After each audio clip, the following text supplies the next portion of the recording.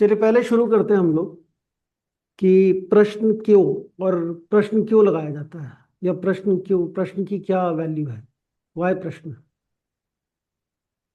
तो एक हमने अभी तक ये देखा है कि प्रश्न इसलिए लगाया जाता है कि अगर आपके पास आपका टाइम ऑफ बर्थ एग्जैक्ट नहीं है, या डेट कुछ भी कंफ्यूजन है, या कोई क्वेश्चन है जिसका आंसर हम नेटल चार्ट से नहीं दे पा रहे, तो हम प्रश्न लगा लेते हैं।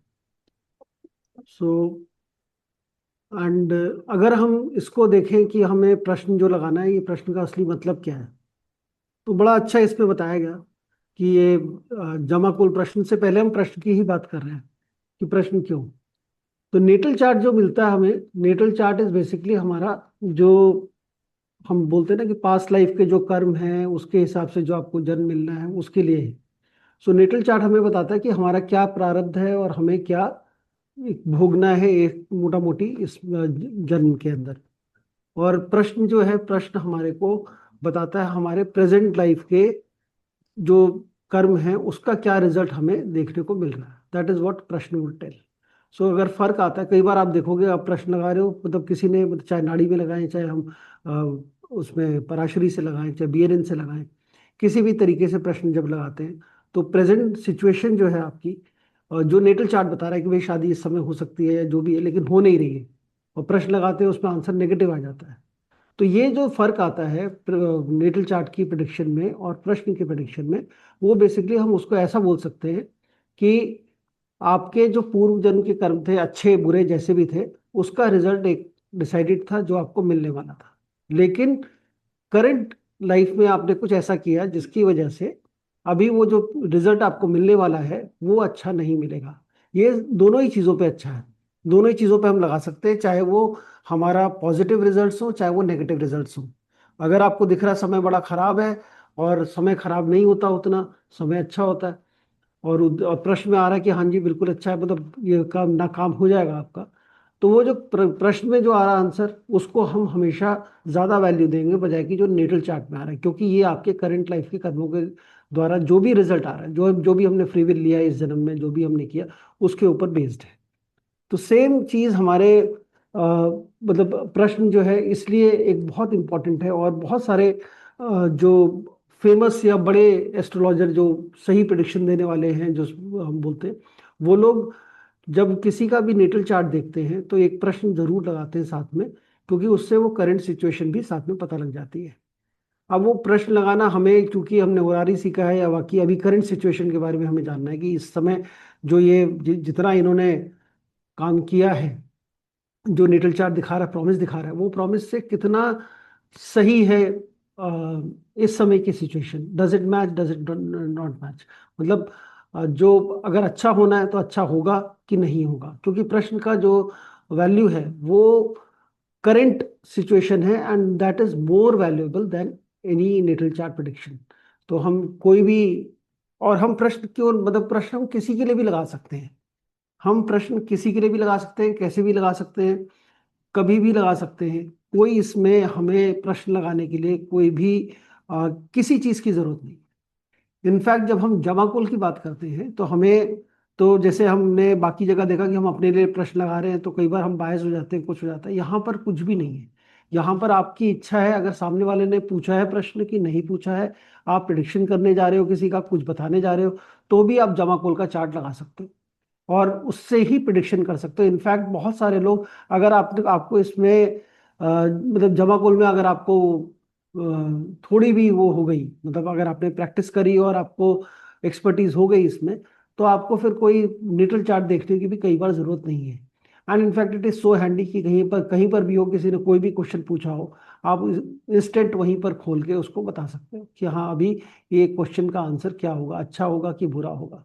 तो ये एक बड़ा समझने वाला, एक बड़ी अच्छी चीज इसमें ये बताई गई कि जो हमने अभी बात करी नेटल चार्ट और पर्सनल चार्ट के अंदर जो डिफरेंस है वो यही है कि हमारे जो प्रारब्ध है, जो हमें भोगना है, वो हमारा नेटल चार्ट, और जो करंट लाइफ के जो कर्म है उसका जो रिजल्ट है वो हमारा प्रश्न चार्ट। तो हमें आइडियली जब भी हम कोई देखें चार्ट, किसी का भी प्रिडिक्शन करें, तो उसमें हम दोनों ही चार्ट लगाएं। हम नेटल चार्ट तो लगाते ही हैं, उससे तो प्रिडिक्शन करेंगे अपने अलग अलग तरीके से, लेकिन साथ साथ उसका प्रश्न चार्ट, प्रश्न का भी चार्ट लगा लें। अगर प्रश्न में सेम आंसर आ रहा है जैसा नेटल चार्ट का है, मतलब दोनों में ही अच्छा रिजल्ट दिखा रहे हैं।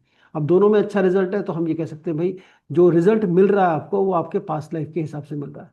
और अगर डिफरेंस है और गलत आ रहा है, मतलब एक अच्छा दिखा रहा है नेटल चार्ट लेकिन प्रश्न में खराब दिख रहा है, तो जो रिजल्ट आ रहा है, मतलब आपको तो मिला था, आपको अपॉर्चुनिटी मिली थी कि आपको अच्छा रिजल्ट मिले इस समय में, जो दशा अंतरदशा में या ट्रांजिट में दिख रहा है, लेकिन आपने अपने कर्मों द्वारा कुछ गड़बड़ करी और उसकी वजह से रिजल्ट यहाँ पर खराब हो गया। तो that is one way to see this प्रश्न चार्ट एंड नेटल चार्ट की क्या डिफरेंस है दोनों में, कैसे हमें देखना चाहिए, क्यों देखना चाहिए। अब हम बात करते हैं जमाकोल प्रश्न की। तो जमाकोल का नाम जो है, ये as the name suggest, name जो है ये हमें इतना तो बताता ही है कि ये साउथ इंडियन नेम है।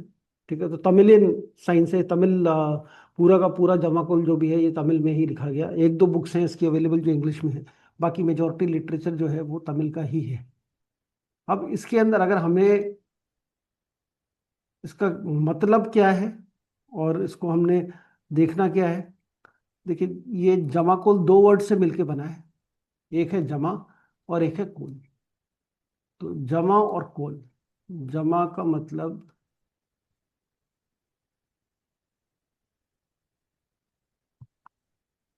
जमाकुल, जमाकुल का मतलब बेसिकली जमा जो है, जमा का नाम है।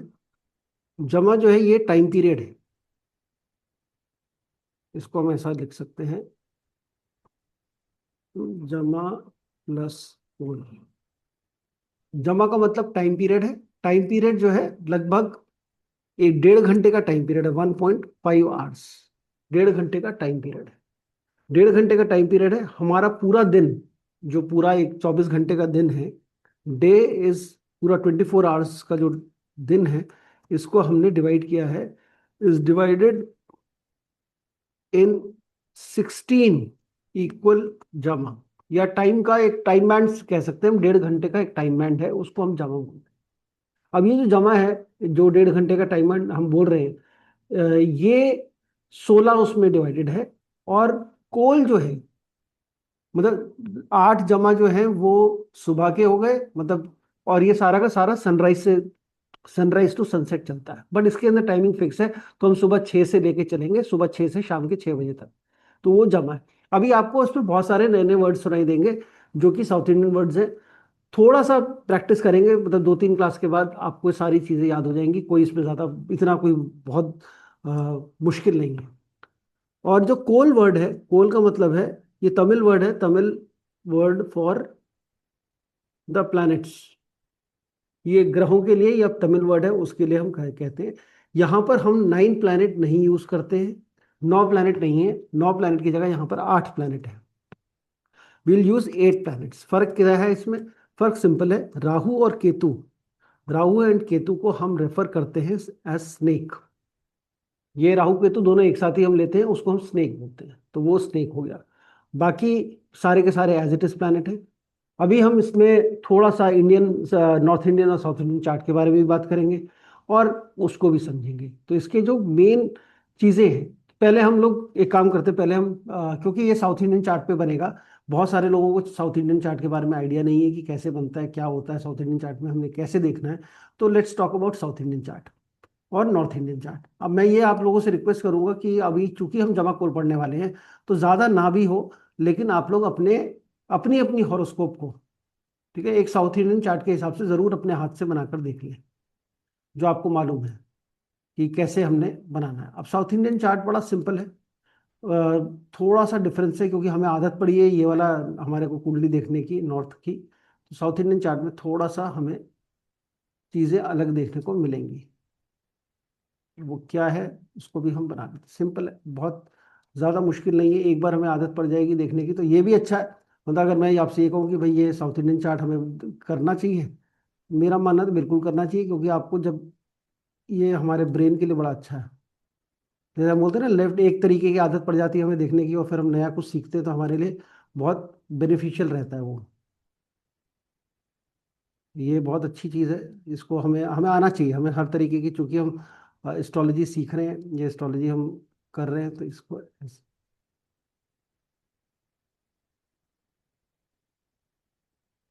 अच्छा, साउथ, यहाँ नॉर्थ इंडियन चार्ट थोड़ा सिंपल है, इसमें थोड़ी सी, क्योंकि इसमें हम कुछ लिखते नहीं है। अब जैसे हमारे इसमें जो फर्क आता है, जो मेन फर्क है, वो फर्क ये है कि हमारी नॉर्थ इंडियन चार्ट में क्या होता है, नॉर्थ इंडियन चार्ट में राशियां फिक्स्ड है, मतलब हमें राशियां नहीं फिक्स्ड है, हमारे हाउसेस फिक्स्ड है, भाव फिक्स्ड है। ठीक है, तो यहाँ पर हम ये कहते हैं हमारा फर्स्ट हाउस है, ये सेकंड है, ऐसा ये फिक्स्ड होता है, असेंडेंट यहीं पे आता है हमेशा। ये हमारा नॉर्थ इंडियन चार्ट है। भाव, यहाँ पे नॉर्थ इंडियन में हमारे को भाव इज फिक्स्ड, भाव जो है ना इज फिक्स्ड, और असेंडेंट फिक्स्ड है, and ascendant is fixed. South Indian में सिर्फ राशियां फिक्स्ड है, साउथ इंडियन में राशियां फिक्स्ड है। अब राशियों में हमें मालूम है ये 1 है, ये 2 है, ये 3 है, 4, 5, 6, 7, 8, 9, 10, 11, 12, ये हमारी राशियां हैं। अब यहाँ पे असेंडेंट भी फिक्स नहीं है, असेंडेंट भी फिक्स नहीं है। असेंडेंट मतलब मान लीजिए कोई यहाँ पर हमारा स्कॉर्पियो असेंडेंट की कुंडली है, तो स्कॉर्पियो असेंडेंट की कुंडली है, तो यहाँ हम 8, 9, 10 ऐसे शुरू करेंगे, ये ऐसा बनेगा हमारा चार्ट। यहाँ पर हम जो बात करेंगे, साउथ इंडियन चार्ट में हम असेंडेंट की जगह यहाँ पे ऐसे एक लाइन होगा बस, और ये नंबर भी नहीं लिखे होंगे। आप मतलब साउथ इंडियन चार्ट कोई भी देखेंगे उसमें कोई भी राशियों के नंबर नहीं होंगे, यहाँ पे तो हम फिर भी राशियों के नंबर लिखे होते हैं, तो हमारे को इजी होता है कि अच्छा ये राशि इधर आ गया, इस पे इसमें नहीं होगा। तो I would advise everyone to write, अपनी जो कुंडली बनाएंगे उसमें नंबर जरूर लिख लें, राशियों की कहाँ पर भी है, ऐसे ही राशियों के नंबर तो फिक्स ही रहेंगे, बट ये जरूर लिख लें। तो जैसे मान लो यहाँ पर किसी का यहाँ से लग्न है, लग्न में कोई भी हम एक चार्ट ले लेते हैं, कोई भी अपने बता दो कौन कौन सी राशि, हम उसको एक साउथ इंडियन बना के देख लेते हैं, बाकी सब लोग भी अपने अपने बना लेना। इसमें सिर्फ फर्क इतना है कि ये हमारा चार्ट जो है इसमें राशियां फिक्स्ड ऐसे ही रहेंगी और राशियों के नंबर भी नहीं लिखे होंगे। तो सिर्फ हमने एक ऐसा एक लाइन होगा, एक लाइन या 2 लाइन लिखे होंगे जिसको हम बनाएंगे। तो आप लोग बना सकते हो, इसमें किसी को डाउट है इसके अंदर देखने में कि कैसे बनाना है, क्या करना है? It is simple, pretty simple, कोई इसमें कोई दिक्कत नहीं है। कोई डाउट है, क्वेश्चन है किसी को तो पूछ सकता है। हाँ सर, सिर्फ राहु केतु कैसे लिखना है इसमें? राहुल जैसे लिखते हैं, जैसे लिखना है वैसे ही लिखना है। आप मेरे को बताओ अपना क्या है। 5 नंबर लगाना सर। हाँ, 5, 6, 7, 8। चलो अब मेरे को बताओ, अब सब सेम, अब सिंपल है, उसी तरीके से आ जाएंगे। 5 नंबर लगन है, तो हम यहाँ पर लगन को जो है यहाँ पे ले लेंगे राइट। और ऐसे। सर फर्स्ट हाउस में केतु है, ऑपोजिट राहु है, तो मुझे यही पूछना था इसको लिखना हाँ, तो कैसे बस केतु यहाँ आ जाएगा 5 में, और यहाँ पे कौन सी राशि में, 5 में इधर है, 11 में इधर है, तो है। राहु। बट आपने अभी कहा कि हम राहु केतु को स्नेक लेते हैं, तो अच्छा क्या नहीं नहीं, एक ही ये जगह? मैं पहले अभी अभी मैं अभी सिर्फ आपको ये वो बता रहा हूँ, साउथ इंडियन चार्ट। अच्छा। ओके। ठीक है, ये पहले ये तो समझ ले साउथ इंडियन चार्ट पे कैसे क्या डिफरेंस है, क्योंकि हम साउथ इंडियन चार्ट पे ही काम करने वाले हैं। ठीक हम है। नॉर्थ इंडियन चार्ट नहीं लेंगे, हम साउथ इंडियन चार्ट ही लेंगे पूरा का पूरा, हम उसी पर सारा काम करेंगे, पूरा जामाकोल जो है साउथ इंडियन चार्ट पे ही। ओके। ठीक है, तो जामाकोल मतलब जो जो भी पढ़ना हमने वो उस पर ज़्यादा इजी है समझना, और जितने भी हमारे नॉर्थ इंडियन में थोड़ा सा कंफ्यूजिंग है, और तो ये भी अच्छा है कि हमें एक चार्ट और सीखना पढ़ना आ जाएगा, हम उसमें समझ पाएंगे, तो दैट इज इवन बेटर। तो इसलिए हम प्रेफर करेंगे साउथ इंडियन चार्ट ही। हालांकि सॉफ्टवेयर में नॉर्थ इंडियन चार्ट में भी जामाकोल की तरफ से दिखाया गया है, but we'll take north south Indian only. अब इसके अंदर ये अपनी अपनी कुंडली आप बना के देख लेना कैसे है, किसी को कोई डाउट होता है तो पूछ लो, अभी भी किसी को कोई भी डाउट है इन साउथ इंडियन चार्ट की, इसमें हम कैसे करेंगे क्या करेंगे। अच्छा, इसमें जब हम बात करेंगे तो हमारे पास कोई नंबर नहीं है इसमें, ये खाली होगा ऐसे, सिर्फ ये प्लैनेट्स लिखे होंगे और 2 लाइनें होंगी। अब जैसे यहाँ पर ये 2 लाइन है, इसके दूसरा हाउस जो है ये इसका सेकंड हाउस, ये फर्स्ट हाउस हो गया, ये सेकंड हाउस हो गया, ये थर्ड हाउस हो गया, ये फोर्थ हाउस हो गया, ऐसे ये यहाँ पे हाउसेस इसके चेंज हो जाएंगे एज पर द लग्न, जो भी हमारा असेंडेंट आया है। क्लियर? क्लियर है एकदम, किसी को कोई डाउट? सर इसमें हम क्लॉकवाइज चल रहे हैं। हाँ, इसमें ऐसे ही चलेगा क्लॉकवाइज, इसमें ये ऐसे ही चलेंगे 1, 2, 3। इसमें हाँ ये भी एक फर्क है, इसमें यहाँ पे हम एंटी क्लॉकवाइज चलते हैं, यहाँ पे हम क्लॉकवाइज चलेंगे, फर्क कोई नहीं पड़ेगा। क्लॉकवाइज हो एंटी क्लॉकवाइज हो, आपके ग्रह जहाँ पर बैठे हैं वहीं रहेंगे, उसका लॉर्ड कहाँ चला गया वो देखना, वो भी सब इसी से देखेंगे कहाँ पे। लेकिन आपको आपको क्या याद करना है, आपको मेन चीज ये याद करनी है कि ये एरीज है, यहाँ पे टॉरस है, यहाँ जेमिनाई है, ये चीज याद करनी है बस। कि राशियां यहाँ पर है, क्योंकि हम इन्हीं को यूज करेंगे जब हम बात करेंगे लॉर्डशिप की या किसी की भी, तो हम इन्हीं ग्रहों को यूज देखेंगे। ਇਹ ਕਿਹੜੇ ਜਾਨਵਰ ਦੀ अब म्यूट कर, ਹੈ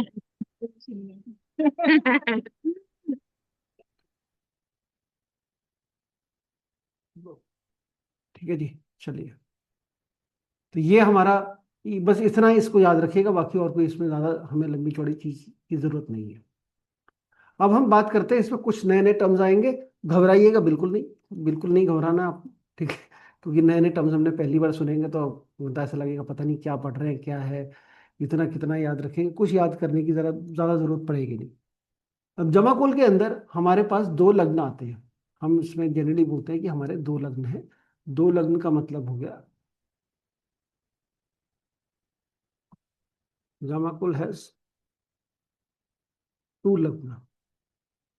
एक है उदयम, उदयम वर्ड आप लोगों ने सुना होगा। उदयम वर्ड जो है, जैसे हम बोलते हैं उदय तिथि, ये हमारे सन पर बेस्ड है। उदयम लग्न है, ये लगभग हमारा मोटा मोटी, अभी हम इसको कैसे कैलकुलेट करना है, क्या करना है, वो हम कल पढ़ेंगे। पूरा कैलकुलेशन हम पूरा जमा चार्ट, जो जमाकुल चार्ट जो है, एक बार मैनुअली जरूर बना के देखेंगे।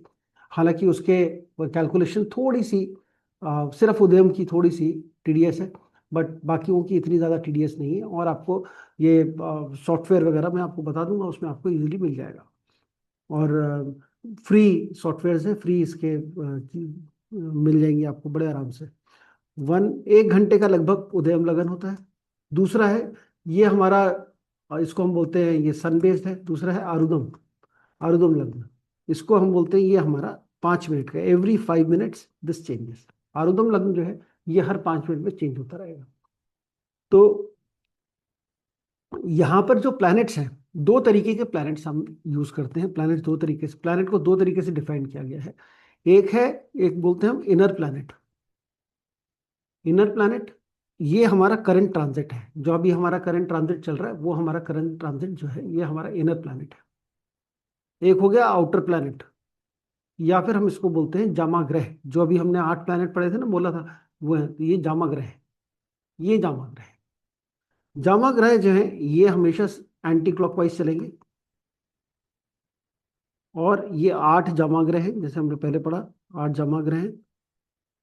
And they change every sign, हर जामा ग्रह हर 1.5 घंटे में मूव करता रहेगा। Change every sign after 1.5 hours. हर, ये फिक्स्ड है, इसमें कोई भी कुछ भी चेंज नहीं है, बिल्कुल सिंपल है। एक जामा ग्रह है, एक इनर प्लैनेट्स है, एक उदयम लग्न है, एक आरुदम है। और यहाँ पर हम, और जो इसके जो दूसरे वर्ड्स हमने इस पे यूज करने वाले हैं, एक चीज आएगी जिसको हम बोलते हैं विधि। एक विधि आएगा। विधि इज यूज्ड टू कैलकुलेट कविपु।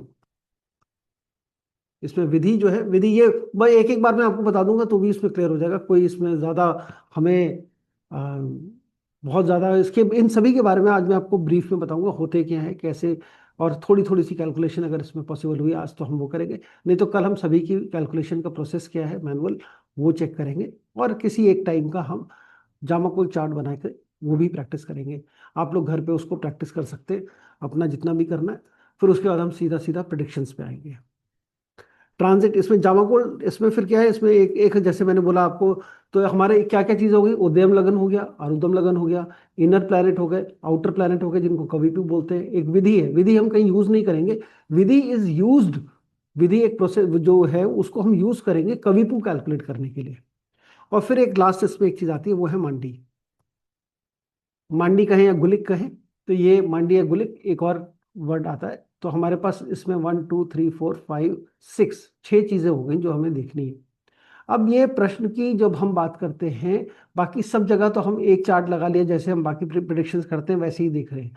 इसके अंदर इतनी सारी चेंजेस होने और इतनी स्पीड में हो रहे हैं, और इसीलिए इसकी प्रिडिक्शन या इसकी जो accuracy of result is phenomenal. इसका जो एक्यूरेसी ऑफ रिजल्ट है वो फिनोमिनल है। कई बार आपको ऐसे ऐसे रिजल्ट मिलेंगे इसमें जो आपको लग्न चार्ट से भले ना दिख रहे हो, और इसमें अगर आ गया आंसर सही, यस आ गया है, तो वो यस होकर ही रहेगा, या नो आ गया है तो फिर नो ही होगा, यस नहीं हो सकता। तो बहुत सारे लोग जमाकुल को अपने पर्सनल उसके लिए लगाने से बहुत डरते हैं, क्योंकि अगर कुछ नेगेटिव आंसर आ गया तो फिर होगा नहीं। बट मेरा सजेशन ये है कि आप हर चीज़ के लिए इसको यूज़ कर सकते हैं।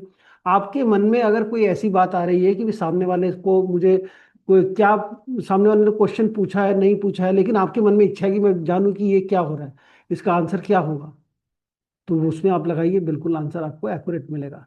कई बार ये भी होगा इसमें कि हम कोई भी आंसर, मतलब health issues, specially health issues की जब हम बात करते हैं तो उसके अंदर भी बहुत एक्यूरेट आंसर आता है।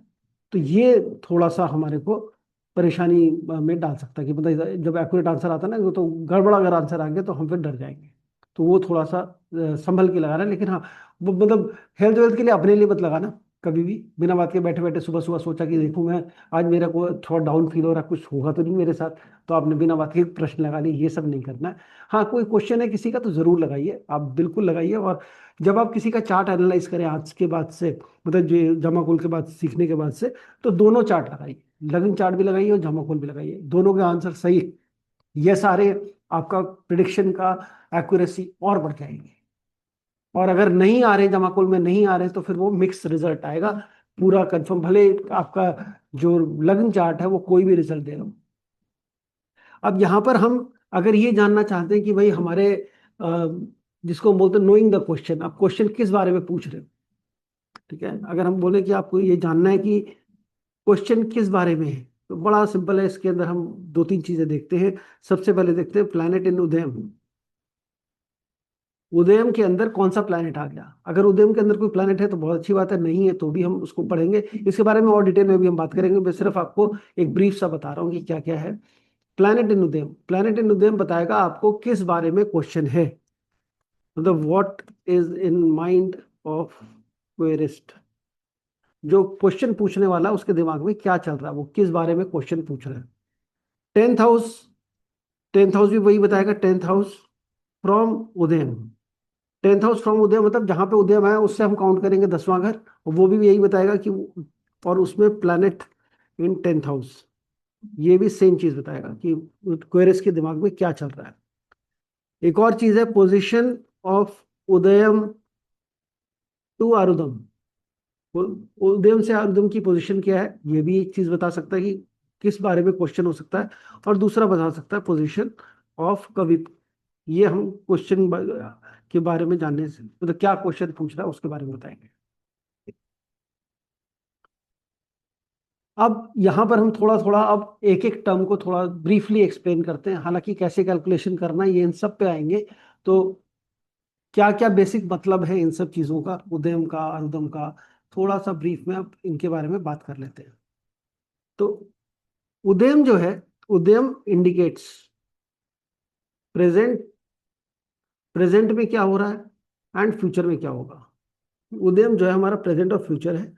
जो भी क्वेश्चन है, उदयम हमारा लग्न है, तो लग्न हम किसको बोलते हैं, जो क्वेश्चन पूछ रहा है उसी वही लग्न है, तो वो हमारा लग्न हो गया। ये उदयम का, इट इज वेरी पावरफुल। हम क्वेश्चन के अंदर कहते हैं इट इज वेरी पावरफुल। अगर उदयम ने हाँ कर दिया, उदयम ने ना कर दिया, मतलब for any event to happen, for any event to happen, उदयम अप्रूवल इज मस्ट। मतलब यहाँ पे किसी भी इवेंट का पॉजिटिव आउटकम आना है, जो क्वेश्चन आपने पूछा है वो उसका पॉजिटिव आउटकम अगर आना है, तो उद्यम का अप्रूवल अगर है, उद्यम कहता है यस हाँ हो सकता है, तो जरूर वो बहुत इंपॉर्टेंट है। अगर उद्यम ने मना कर दिया फिर कुछ नहीं हो सकता। और इसका भी क्लॉकवाइज मूवमेंट रहेगा, दिस मूव, इसका क्लॉकवाइज मूवमेंट रहता है। अब इसके बाद दूसरी जो चीज है वो है आरुदम। आरुदम जो है ये हमने बोला जैसे हर 5 मिनट में चेंज होता है। हमने वो पहले आप लोगों, कुछ कुछ लोगों ने किया हुआ वॉच टाइम प्रिडिक्शन जिसको हम बोलते हैं, तो उसमें भी जैसे हर घड़ी में 5 मिनट में एक आपका चेंज हो जाता है, तो इसी तरीके से आरुदम भी हर 5 मिनट में चेंज होता रहेगा। आरुदम का टाइम ड्यूरेशन जो है वो हमारा 5 मिनट्स है। तो यहाँ पे हम बोल सकते हैं ये भी बड़ा पावरफुल है। It changes every 5 minutes. ये स्टार्ट होता है, स्टार्ट्स, ये स्टार्ट होता है, स्टार्ट्स फ्रॉम एरीज, एरीज से स्टार्ट होगा और हर 5 मिनट में चेंज होता जाएगा, जैसे हमारी घड़ी का सुई चेंज होती है वैसे ही चेंज होता रहेगा। ये this is used to decide intention of the person who is asking the question।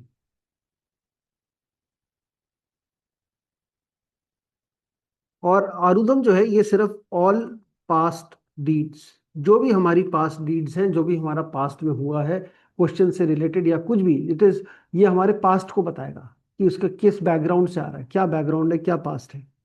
जो भी हमारी पास्ट थिंग्स, जितनी भी पास्ट चीजें हैं सारी हमारी आरुदम से हैं। इसकी भी मूवमेंट जो है वो क्लॉकवाइज है। फिर हम आते, एक और जो वर्ड हमने यूज किया, विधि तो हम कैसे निकालेंगे कविपु, उसके लिए यूज करेंगे। बट अभी जो हमारा कविपु है ये क्या है? कविपु जो है ये हमारा, समझ लीजिए जमाकोल का विलेन है। दिस इज विलेन ऑफ जमाकोल। ये कविपु जो है ये हमारा इसको हम बोल सकते हैं विलेन ऑफ जमाकोल। इसकी पावर, मतलब ये दिस इज, इसकी पावर जो है, power is equivalent to 10 Rahu. 10 Rahu के बराबर की इसकी पावर है। तो कविपु, मतलब अगर कविपु नहीं हो तो हम प्रिडिक्शन नहीं कर सकते। कविपु डिसाइडिंग फैक्टर है किसी भी क्वेश्चन का।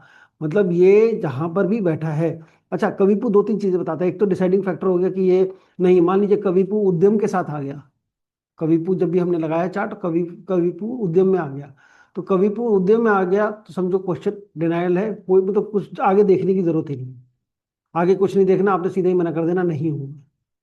वो मतलब it is instant and clear. और इसके अंदर ना, जैसे मैं हर एक चीज में हम बोलते हैं भाई अगर क्वेश्चन बड़ा जेन्युइन है तो आपको बिल्कुल सारे प्लैनेट वही चीज बताते हुए मिलेंगे, वैसे ही आपको रिजल्ट मिलेगा। इसके अंदर भी सेम है। अगर आपका क्वेश्चन जो भी हो, आपको रिजल्ट मतलब सारे ग्रह वही बताएंगे जिस बारे में क्वेश्चन है। और बहुत इंटरेस्ट, मतलब जब कैसे आता है इसका रिजल्ट और कितनी सारी चीजें मिलके कैसे उस रिजल्ट को बताते हैं, ये यू विल बी सरप्राइज। और यही इसका डिविनिटी कह लीजिए, यही इसका रिजल्ट कह लीजिए। मन में क्वेश्चन आया, आपने लगाया, आप देखेंगे उद्यम क्वेश्चन को ही बता रहा है, अरुदम आपकी इंटेंशन बता रहा है या पास्ट बता रहा है, कवि पूछ का रिजल्ट दे रहा है कि हाँ ये होगा कि नहीं होगा। That ways it is 100% correct. बहुत ही ब्यूटीफुल तरीके से इसमें रिजल्ट्स आते हैं और बहुत करेक्ट इसका आंसर हमें देखने को मिलता है। तो ये कविपु हो गया। कविपु जो है हम जिसको बोलते हैं, और इसका जो मूवमेंट है, इसका मूवमेंट एंटी क्लॉकवाइज है। Results are detrimental. जो भी कविपु रिजल्ट दे रहा है वो डेट्रीमेंटल है। That can not be and can't be changed. इसको हम चेंज नहीं कर सकते, ये बिल्कुल नहीं चेंज होगा। अगर इसका कोई, if the position is showing denial, then answer is denial। नहीं होगा, मतलब इसने मना कर दिया तो नहीं होगा। चाहे जितना अच्छा उद्यम हो, उद्यम बड़ा अच्छा है, उद्यम कह रहा है कि आंसर ये, उद्यम देख के आप खुश हुए लेकिन कविपु का रिजल्ट खराब आ गया तो नहीं होगा। ये डिसाइडिंग अथॉरिटी है। This it is deciding authority. जो भी रिजल्ट है वो फाइनल है, अल्टीमेट है। मतलब आप कह सकते हैं ये सुप्रीम अथॉरिटी है। सारी चीजें अच्छी होने के बाद अगर इसने मना कर दिया तो फिर नहीं। सो दिस इज, अब जैसे कोई कारक है, मतलब किसी भी चीज के लिए क्वेश्चन पूछा है और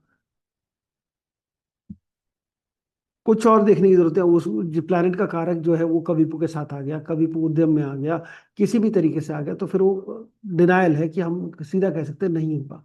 जैसे मान लीजिए शादी के बारे में कोई क्वेश्चन पूछ रहा है, शादी होगी कि नहीं होगी, और कविपु उसके, मतलब इफ कविपु इज एसोसिएटेड विद कारक प्लैनेट और कारक भावा, देन रिजल्ट इज नो। शादी का क्वेश्चन है, कविपु 7वें भाव में आ गया, कुछ नहीं होगा।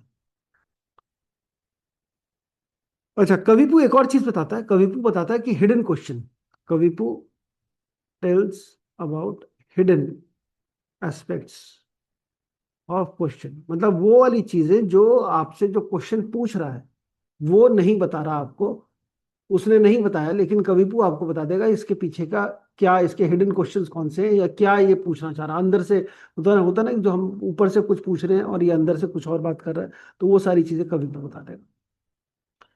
अगर किसी भी भाव के साथ कवि, जिस भाव में कविपु आया क्वेश्चन पूछते समय, वो समझो कि बिल्कुल खराब कर देगा, उस भाव के सारे कारकों को खराब कर देगा। तो इसके बाद एक हमने बात करी है, वो है मांडी।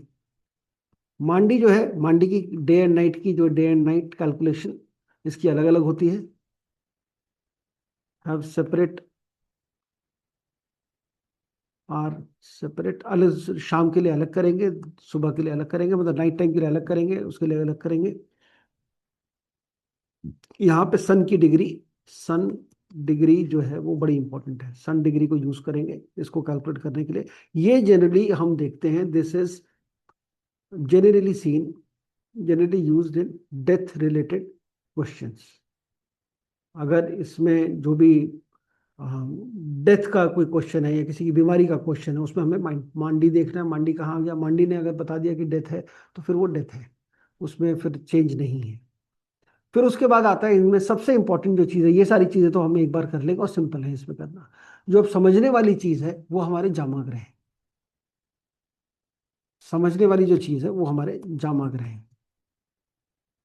जामाग्रह क्या है, ये सबसे इंपॉर्टेंट, ये मतलब ये जामाकोल और नॉर्मल, बाकी अभी तक जितनी भी हमने बात करी वो सारी हमारी नॉर्मल एस्ट्रोलॉजी में हम यूज करते हैं, वो सब चीजें हम यूज करते हैं, वो that is more of a normal astrology, और वो हमारे उसी में आ रहे हैं, निटल चार्ट में आ रहे हैं।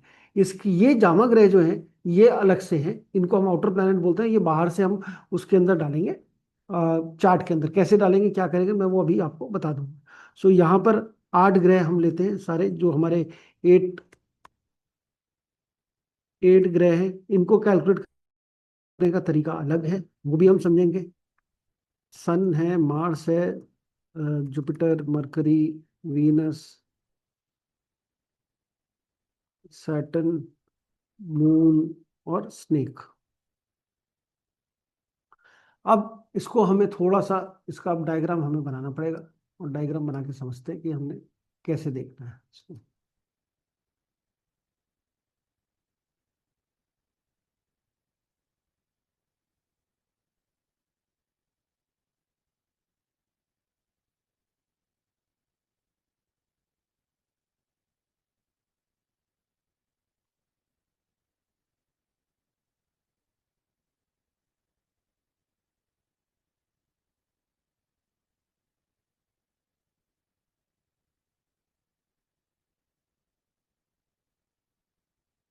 ये इसकी थोड़ी सी प्रैक्टिस कर लीजिए बनाने की, हाथ से थोड़ा सा इजी हो जाएगा समझना।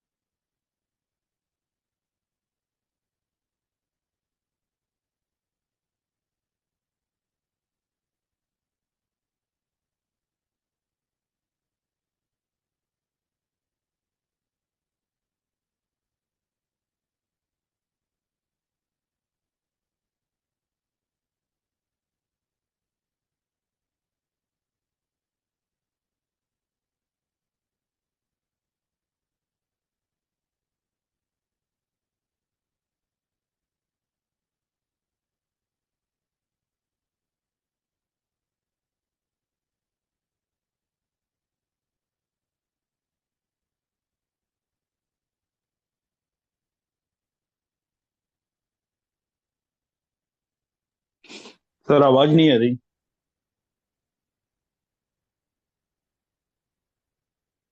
पीछे आपने जो भी बोला कुछ भी सुनाई नहीं दिया। चलो, कब से सुनाई नहीं दिया, कहाँ से नहीं दिया सुनाई? सर आई थिंक जब से आपने फिक्स साइन लिखा था। अच्छा, चलिए, उस फिक्स पॉइंट साइन से। में जो ये मैंने फिक्स साइन बनाए, यहाँ पर ये जामाग्रह नहीं आते। ये जो मैंने ऊपर से बनाया है, ये जो ऐसे बॉक्सेस बनाए हैं, आपको पूरे में मिल जाएंगे। ये बॉक्सेस जो हैं, ये हमारे जामाग्रह की पोजीशंस हैं। और ये जामाग्रह हमारे, ये जामाग्रह, ये सब जामाग्रह। अब इसमें शुरू कहाँ से होता है ये? अब जैसे हम कोई भी डे लॉर्ड है, मतलब मान लीजिए हम संडे, आज सैटरडे है, तो हम सैटरडे का डे लॉर्ड हमारा शनि हो गया, तो हम सैटर्न से शुरू करेंगे, या कल संडे से कर लेते, हमारी ऑर्डर उसी में रहेगा। तो हम संडे को अगर ले लेते हैं, तो संडे क्या है? संडे हमारा सन संडे का लॉर्ड है। तो पहला यहाँ पे सुबह 6 बजे से 7:30 बजे तक सन यहाँ पे जामग्रह यहाँ पे रहेगा। 7:30 से 9 बजे तक ये, मतलब ये 7:30 से 9 है यहाँ पर। ये हम इसको ऐसा टाइम ले लेते हैं, 10:30, 10:30 to 12, 12 to 1:30, 1:30 to 3, 3 to 4:30, 4:30 to 6। ये पूरा सुबह 6 से लेकर शाम के 6 बजे तक का टाइम ये हो गया। हमारे 8 वो है। तो सुबह 6 बजे की जो पोजीशन होगी, अगर 6 से 7:30 बजे की पोजीशन देखेंगे, तो पहले उसमें सन आएगा, फिर मार्स आएगा। यहाँ पे मार्स होगा, यहाँ पे जुपिटर होगा, यहाँ पर मरकरी होगा, यहाँ पर वीनस होगा, और यहाँ पर सैटर्न होगा, यहाँ पर मून होगा, ये स्नेक होगा। ठीक है, ये अंदर वाले जो प्लैनेट है, यहाँ पर भी प्लैनेट दिखे जाएंगे, ये इनर प्लैनेट है। ये करंट जो सिचुएशन है अभी हमारे ग्रहों की, कौन सा प्लैनेट का है। जैसे सैटर्न मान लीजिए 12 नंबर में है, जुपिटर 3 नंबर में है, 5 नंबर में हमारा केतु है, यहाँ पे 11 में राहु है।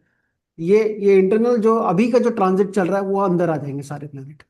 बाकी मार्स, वीनस, मून, किसी को आइडिया अभी इस समय कौन सी राशि में सारे हैं? अभी पीछे तो सब एक ही राशि में थे, अभी भी वहीं पे, तो सारे हम उनको वहीं पे लिख लेंगे। तो अभी करंट ट्रांजिट देके पोजीशन को उनको हम, केप्रिकॉन में है। केप्रिकॉन में सारे हैं, कौन कौन से हैं? मून तो चला गया होगा अब तक। अब मून चला गया है I think.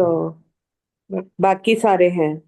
Mars, mercury, Venus, सन। सन।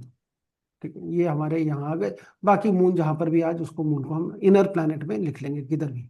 और ये यहाँ पर ऐसा संडे के दिन शुरू करेंगे, तो सुबह 6 बजे सन यहाँ पे रहेगा, इसी फिक्स्ड ऑर्डर में आगे ये ऐसे ही घूमते रहेंगे सारे ग्रह। उसके बाद अगर हम सन की पोजीशन को ही अगर हमने देखना है कि भाई सन, बता आज हम क्वेश्चन कहाँ पूछ रहे, किस समय पूछ रहे हैं? मान लीजिए क्वेश्चन हम पूछ रहे हैं 11 बजे, तो 11 बजे सन कहाँ पर होगा? 11 बजे यहाँ पे सन यहाँ पर है। 6 से 7:30 सन फिर इधर आ जाएगा, 7:30 से 9 सन यहाँ आ जाएगा इधर, और फिर ये यहाँ पर हमारा सन आ जाएगा 11 बजे। तो एक एक ग्रह शिफ्ट होता जाएगा, हर 1.5 घंटे में एक ग्रह अगले उसमें चला जाएगा, फिर एक ग्रह दूसरे में चला जाएगा, और ये सारे ग्रह ऐसे ही मूव करते रहेंगे। ये सारे के सारे जामा ग्रह, इनको हम जामा ग्रह ही बोलते हैं, और ये ऐसे ही रहने वाले हैं। फिक्स्ड होगा शाम 6 बजे के बाद से फिर से वापस, आज मंडे है, अगर आज संडे है तो संडे को फिर से सन से शुरू हो जाएगा। मंडे को शुरू करेंगे तो मंडे से शुरू हो जाएगा। इसमें समझ में आया ये कैसे होगा? हाँ सर, समझ में तो आया। मतलब कोई इसमें कोई कुछ डिफिकल्ट कुछ नहीं है, बहुत सिंपल है भाई। जिस दिन डे लॉट से आप शुरू कर रहे हैं, आज का सुबह टाइम कौन सा है, आज दिन कौन सा है, उस दिन के हिसाब से हमने यहाँ पे पहला ग्रह लिख लिया, फिर दूसरा ग्रह लिख लिया, फिर तीसरा। ऑर्डर यही रहेगा ग्रहों का, वो हमने लिख लेना। फिक्स साइन में नहीं आएंगे ग्रह, तो इसलिए वो हमने फिक्स साइन हटा दिए 4, और उसके बाद ये आगे चलते जाएंगे। जब सर हम कंसेप्ट ये कि बाहर का फिक्स रहेगा, अंदर का ट्रांजिट है। अंदर के ट्रांजिट है, जो अंदर के जो है जिनको इनर प्लैनेट बोलते हैं, वो आज का ट्रांजिट है जिस समय हमने चार्ट लगाया। बाहर के जो है वो हमने ऐसे कैलकुलेट करके लगाए कि जिस तो समय उसके लिए सर कोई दो, 2 नंबर राशि में हुआ, फिर अगर कोई मतलब ट्रांजिट पर वहां पे कुछ नहीं लेना हमको। नहीं, ट्रांजिट में अंदर हो सकता है ना, अंदर तो कोई भी प्लैनेट आ सकता है, अच्छा, बाहर का नहीं होगा। बाहर नहीं आएगा। अब इसके अंदर हम दो चीजें बात करेंगे, एक बात करेंगे ग्रह अप्रोचिंग, ठीक है। अभी उद्यम, मान लीजिए उद्यम हमारा यहाँ पर आता है, 8 नंबर में उद्यम आ गया, तो इसको कौन सा ग्रह अप्रोच कर रहा है? इसको कोई ग्रह अप्रोच नहीं कर रहा है इस समय। जामा ग्रह नहीं, 8 नंबर में आएगा ही नहीं। 8 नंबर में इनर प्लैनेट कोई बैठा हो तो बात अलग है। सर एक जब बार फिर से रिपीट करना। जैसे मान लीजिए आपका ये देखिए, ये कंसेप्ट बड़ा सिंपल है। जो इनर प्लैनेट हैं, जिनको हम इनर प्लैनेट बोलते हैं, इनर प्लैनेट कौन से? इनर प्लैनेट वो वाले हैं जिनको हम, जो हमारा current transit planets. Current transit planet है, जहां पर यस। भी है वो वहीं पर आ जाएंगे। जब भी आपने क्वेश्चन लगाया सारे प्लैनेट वहीं पर आ जाएंगे। राइट। अब इसकी प्रिडिक्शन कहाँ से होनी है? प्रिडिक्शन होनी है जो हमारे ये ग्रह outer planets. Approach, outer planet जो है, वो वो क्या बता रहे हैं, इनर प्लैनेट क्या बता रहे हैं। आउटर कौन सा जामा ग्रह, मान लीजिए 8 नंबर राशि में हमारा, हम ये बोलते हैं कि यहाँ पे जुपिटर अप्रोच कर रहा है, या हम ये बोलते हैं उदयम यहाँ है। उदयम का लॉर्ड कहाँ चला गया? उदयम का लॉर्ड कहाँ देखेंगे हम? मार्स को देखेंगे। मार्स आउटर प्लैनेट में देखेंगे, ओके। क्योंकि अंदर तो वही रहेगा ना, वो हर समय हाँ वही हाँ रहेगा। राइट। चेंज कहाँ होगा? चेंज तो आउटर प्लैनेट भी होगा ना। तो राइट। उद्यम का लॉर्ड कहाँ है? उद्यम का लॉर्ड हमने देखा 10 नंबर, इस समय 10 नंबर राशि में है।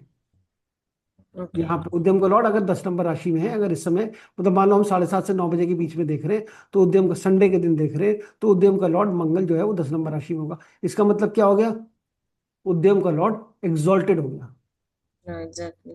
ठीक है, उद्यम का लॉर्ड एग्जॉल्टेड हो गया। आप कहेंगे बहुत अच्छा है जी, वेरी गुड, बहुत अच्छा, ये हमारा आंसर यस है। और ये बिल्कुल जो आपने क्वेश्चन पूछा वो बिल्कुल सही है। अब इसमें क्वेश्चन लेना कैसा है उसके बारे में भी हम बहुत डिटेल में बात करेंगे, सारे स्टेप्स, कि क्या हमने क्वेश्चन, क्या प्रोसेस किया क्वेश्चन लेने का, क्योंकि वो थोड़ा सा डिफरेंट है। अभी अब जैसा हमने, आपने सोचा, आपने फॉर्म करवाया क्वेश्चन, वो सब कुछ नहीं है इसमें। अब जैसे उद्यम का लॉर्ड कहाँ पर आ गया, हमने वो उद्यम का लॉर्ड जो देखना है वो हमने आउटर प्लैनेट्स में देखना है, वो किस राशि में है, किस राशि में ट्रांजिट कर रहा है। इसमें कोई डाउट है किसी को? ये ऑर्डर नो फिक्स सर। है, इसमें हमने ये देख लेना है, कुछ भी प्रॉब्लम नहीं है। देखिए ट्रांजिट प्लैनेट को जब हम बात करते हैं, जो हमारे ट्रांजिट प्लैनेट है ना, वो जड़ है एक तरीके से। और जो बाहर के प्लैनेट है, जामा ग्रह जिसको बोलते हैं, ये हमारी ब्रांचेस हैं, या हमारे समझ के पेड़ की ब्रांचेस हैं ये सारे। तो क्वेश्चन जो है वो जानना, एलिजिबिलिटी ऑफ क्वेश्चन जानना जो है वो हमारा उद्यम बताता है कि वो कितना सही है, क्वेश्चन सही है कि नहीं। हम इसमें ये भी जानेंगे कि क्वेश्चन फालतू में पूछा है, कि कोई रीजन था क्वेश्चन पूछने का, कि ऐसे टाइम पास कर रहा है। सर आपने कहा कि उद्यम का लॉर्ड आउटर प्लैनेट से देखना है। हाँ, उद्यम का लॉर्ड आउटर, भाई इनर तो वही रहेगा ना। इनर तो पूरा महीना मंगल यहीं बैठा रहेगा, तो इनर के तो वही रहेगा, हमेशा मंगल एग्जॉल्टेड रहेगा। हम्म। और तो इनर से इसमें नेटल प्लैनेट नहीं डालना ना, क्योंकि कोई कुछ टाइम भी, ऑफ बर्थ तो है ही ना नहीं। ना ना, अरे ये तो क्वेश्चन है, ये तो क्वेश्चन है, आपने जब लगाया तब का है। तो ये बस ट्रांजिट और जो आउटर प्लैनेट्स का है। ओके। ट्रांजिट है, आउटर प्लैनेट है। अभी इसके अंदर एक चीज पड़ेगी, वो है अरुदम। एक और चीज आएगा वो है कविपु। और एक और चीज आएगा वो है मांडी।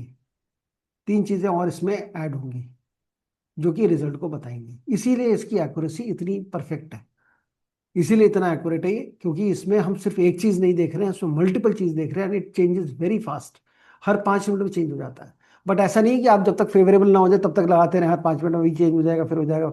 वो नहीं है, एक बार लगाया, जो आंसर आया उसी को लेना है। और फिर उसके बाद, और ये मतलब इसमें हम और बहुत डिटेल में है। और इसमें सारे इवेंट्स के जितने भी इवेंट्स हैं, शादी का है तो शादी की बड़े डिटेल्ड एक्सप्लेनेशन है, कैसे हमने प्रश्न लेने हैं। प्रोफेशन का है तो बड़ा डिटेल्ड है। मतलब हम लगभग 8 से 10 क्लासेस पूरे में पढ़ेंगे सिर्फ प्रश्न।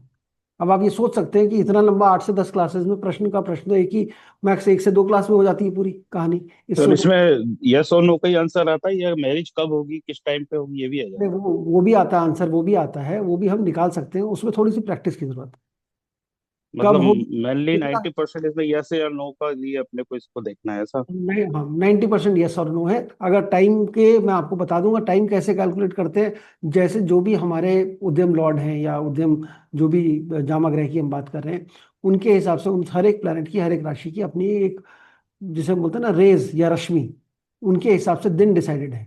कितने दिन का वो एक प्लैनेट कितना टाइम बता रहा है, टाइम ड्यूरेशन कितनी बता रहा है, उसके हिसाब से हम बता सकते हैं। बट वो मतलब इसको सीखना थोड़ा टफ रहेगा थोड़ा। थोड़ा सा, ज्यादा नहीं। बहुत ज्यादा ऐसा टफ तो नहीं है। इसमें 1 साल की प्रेडिक्शन मानी जाएगी या 1 साल से आगे तक का भी कैलकुलेट कर नहीं, जब सकते हैं? तक नहीं इवेंट नहीं ना हो।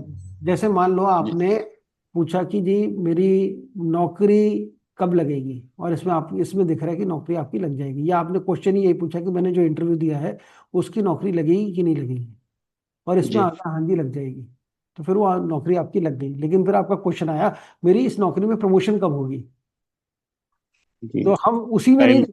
फिर हम नौकरी लगने के बाद दोबारा दूसरा प्रश्न लगाएंगे, फिर हम देखेंगे। सर जैसे किसी सेम ने टाइम पे नहीं, नहीं, सेम टाइम पे नहीं। मतलब आफ्टर मतलब सम टाइम। पहला जो एनालिसिस है वो यस नो के लिए रहेगा, दूसरा टाइम के लिए रहेगा, दूसरा चार्ट। नहीं नहीं, मतलब जैसे आप दूसरा अभी नहीं लगाएंगे हम। हम्म। जैसे आपने पूछा मेरी शादी कब होगी, इस या आपने बोला कि मेरा रिश्ता जो है इस महीने हो जाएगी या 2 महीने में हो जाएगी, या अभी जो मेरी जो रिश्ता है क्या इसी रिश्ते से मेरी शादी पक्की हो जाएगी, और उसमें यस नो आ गया कि नहीं होगी, तो इसका मतलब नहीं होगी।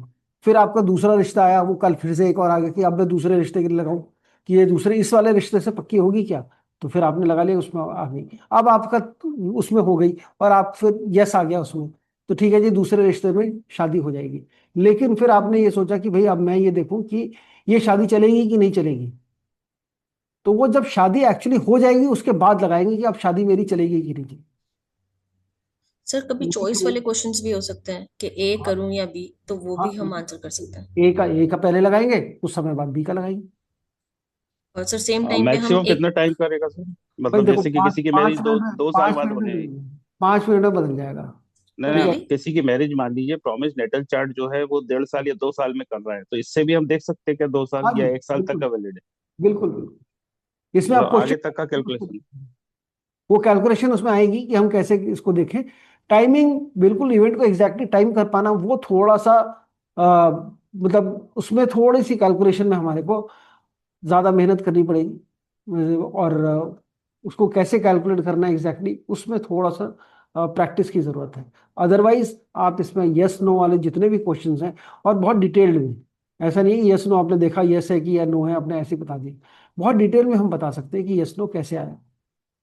तो this is very very accurate, उस हिसाब से बहुत एक्यूरेट है ये।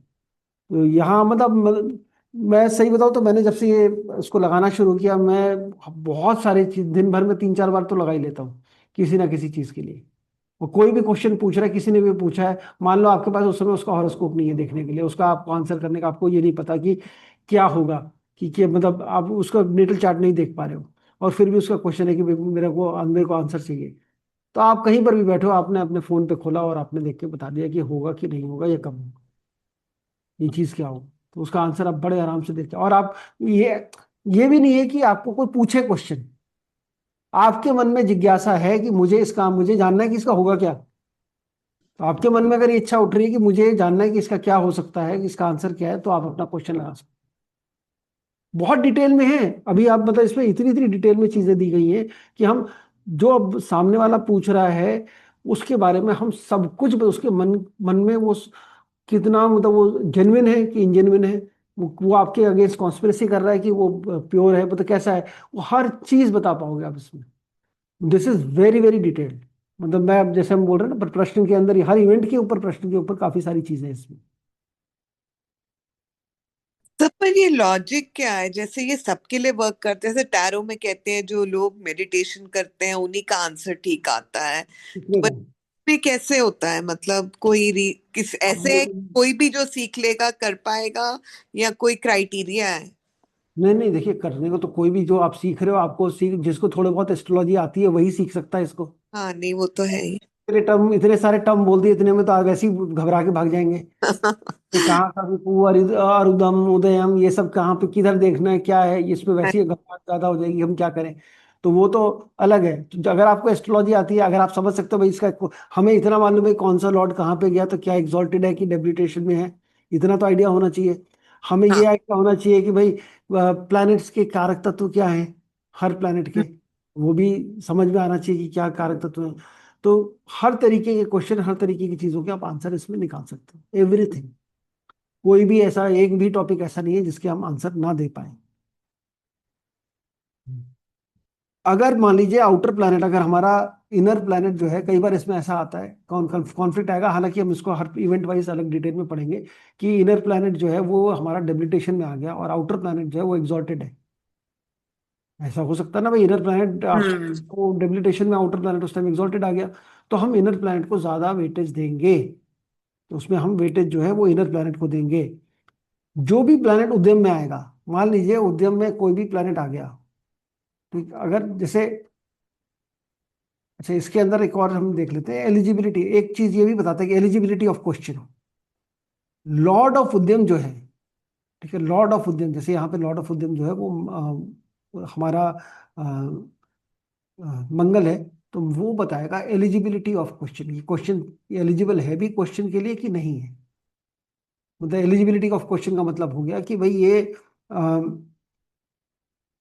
ये जो क्वेश्चन पूछ रहा है, ये क्वेश्चन जो है ये सही है कि गलत है, ये सही पूछ रहा है गलत क्वेश्चन, इसको मतलब क्वेश्चन के बारे में ये एलिजिबल ठीक होगा कि नहीं होगा, ये एलिजिबिलिटी ऑफ क्वेश्चन बता देगा। जैसे मान लीजिए उद्यम लॉर्ड डेबिलिटेशन में आ गया तो नहीं होगा, आंसर नो है। उद्यम लॉर्ड एग्जॉल्टेड आ गया, आंसर यस है। उद्यम लॉर्ड अपनी राशि में आ गया, आंसर यस है। उद्यम लॉर्ड अपने मतलब उसी कारक भाव में बैठ गया जिसमें जिसके बारे में क्वेश्चन है, तो भी यस है। अब मान लीजिए ऐसा हो कि कोई भी प्लैनेट, मतलब प्लैनेट उद्यम में और या अप्रोचिंग उद्यम, जो कोई there is no planet in इसमें उद्यम में भी कोई प्लैनेट नहीं है, कोई प्लैनेट अप्रोच भी नहीं कर रहा उसको।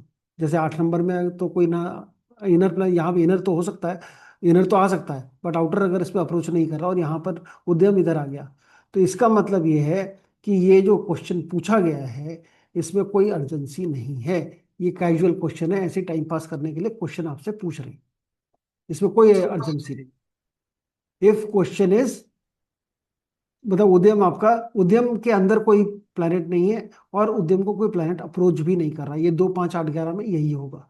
अगर उद्यम इनमें आ जाता है, इनमें अगर इनर प्लैनेट बैठ गया तो सही है, अगर नहीं है तो फिर ये क्वेश्चन ऐसी टाइम पास करने के लिए पूछा, इसको कोई सीरियसनेस नहीं है।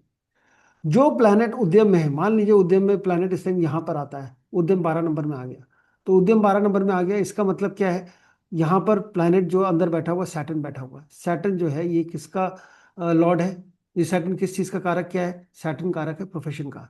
तो जो क्वेश्चन पूछा गया वो हो सकता है प्रोफेशन रिलेटेड हो,